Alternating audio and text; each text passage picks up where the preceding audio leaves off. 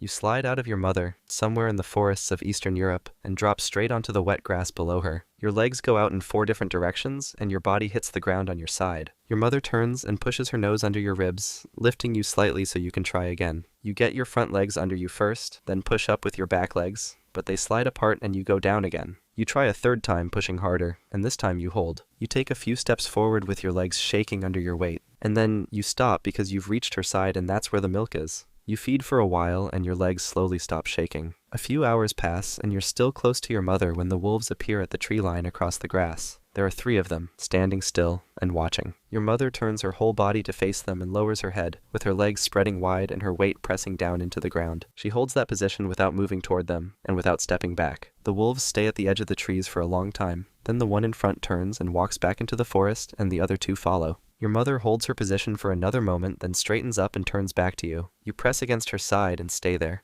You're less than a day old, and the world has already shown you what lies just beyond the trees. You're 3 months old now, and you spend your days moving with the herd across open grassland, staying close to your mother but drifting a little further each day. One morning, 2 of the adult bulls walk toward the same patch of grass at the same time, and the bigger one drops his head and drives his shoulder hard into the side of the smaller one, sending him stumbling sideways across the ground. The smaller bull walks away without turning back, and the bigger one goes back to grazing like nothing happened. You watch from a few steps away, then start walking toward the same grass because there's plenty of it and no one is near you. But an adult female who isn't your mother is standing just past the patch, and when you get close, she swings her head and catches you in the side with her nose, knocking you off your feet and onto the ground. You get up fast and walk straight back to your mother. You stay at her side for the rest of the morning without trying to go anywhere on your own. By the afternoon, the herd starts moving toward the tree line, not grazing, but walking with a clear direction, pushing through the long grass in a long, loose group. You don't know why they're going, but your mother is going, so you go too, stepping into the shade of the trees behind her. The forest gets denser and the light through the branches gets thinner, and somewhere deeper in, something is already moving through the trees that you haven't seen yet. You're 8 months old now, and the ground is buried under a thick layer of snow that reaches halfway up your legs when you walk through it. The grass is gone, and the herd moves slowly across the ground with their heads down, using their hooves to scrape through the snow and reach the frozen grass underneath. You watch one of the adults push her hoof forward and drag it back hard, scraping a patch clear, then lower her head and pull the grass up with her teeth. You try the same motion, pressing your hoof into the snow and pulling it back, but your legs aren't heavy enough yet, and you barely move any of it. You try again with more of your weight behind it, and this time a small patch clears. You lower your head and eat what's there, then move forward and scrape again.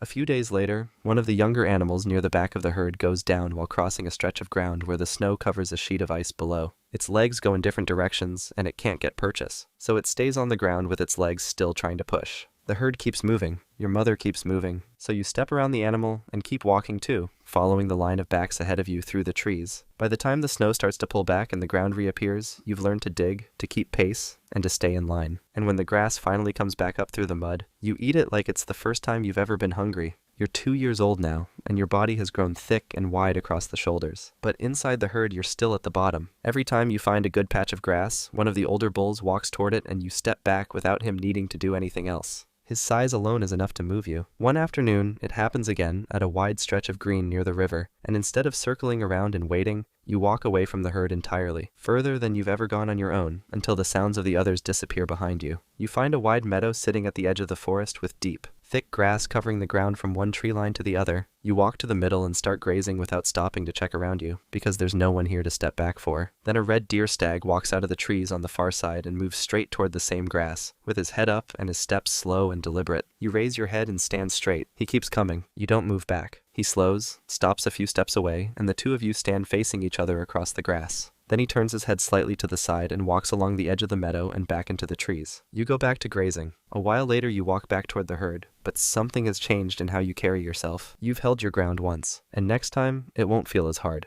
You're 4 years old now and fully grown, with your shoulders wide and your legs thick and your weight pressing deep into whatever ground you stand on. For months, you've been circling the edges of the dominant bull's space, staying just far enough back that he doesn't react. But one morning you both walk toward the same female at the same time, and neither of you slows down. He drops his head and so do you, and then he runs forward and the collision hits you so hard your back legs slide out and you have to drive them into the ground just to stay standing. You push back into him with everything your body has, with your hooves tearing up the grass underneath you. But he's heavier and more experienced, and he leans into you until your legs give and you go sideways. You get up and walk away. You spend the next few days moving parallel to the herd, close enough to see them but far enough that the bull doesn't react to you. You graze on the outside, sleep on the outside, and watch the group move without moving with them. Then slowly, over several more days, you close the distance. A few steps closer each time, keeping your head low, keeping your pace calm, until the bull looks at you once and then looks away and goes back to grazing. That's enough. You step into the herd and no one moves. You didn't win the fight,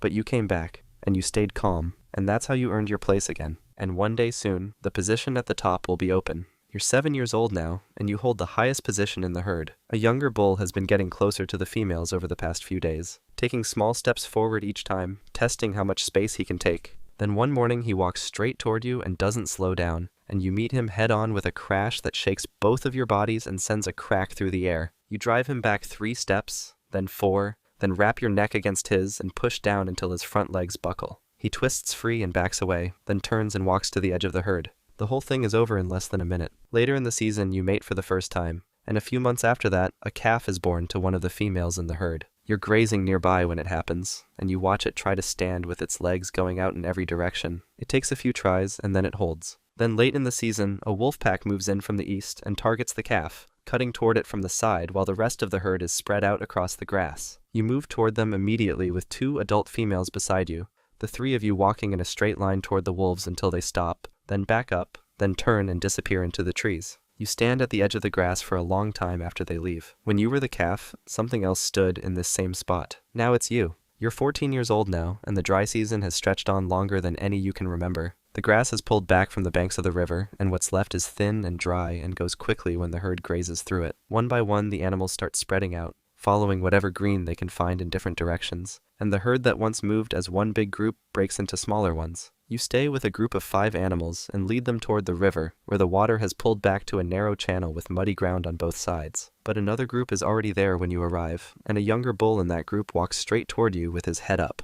You meet him in the open ground between the 2 groups, and the fight that follows is longer than the one 4 years ago, with more pushing and more turning and more weight thrown back and forth across the mud. You win, but when it's over, there's a deep cut along your left flank where his horn caught you, and your back leg carries the hit in every step you take for the weeks after. The smaller group starts to thin. 2 animals leave to go south. Then another one goes. You stay by the river and eat what's there, but your body needs more than what's left, and you can feel your weight dropping with every passing day. And the wolves have been seen to the north again, following the same dry ground you're standing on. You're 19 years old now, moving alone through a stretch of forest that isn't your territory anymore because you don't have one. Your steps are slower than they used to be, and your left flank still pulls when you turn quickly. But you find a patch of grass near a boggy stretch of ground that hasn't dried out like the rest.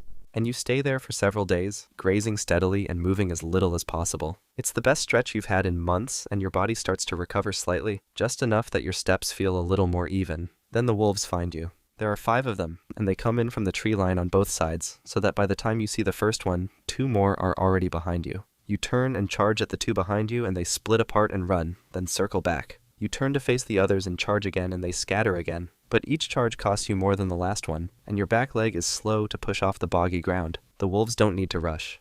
They just need to wait. The 3rd charge comes up short, with your legs going into the mud, and your weight coming down hard on your front knees. You push yourself back up, but the wolves are already moving in from both sides. And this time, your legs don't answer fast enough. The forest goes quiet. Somewhere in the same trees, a calf that was born that same morning takes its first unsteady steps into the world.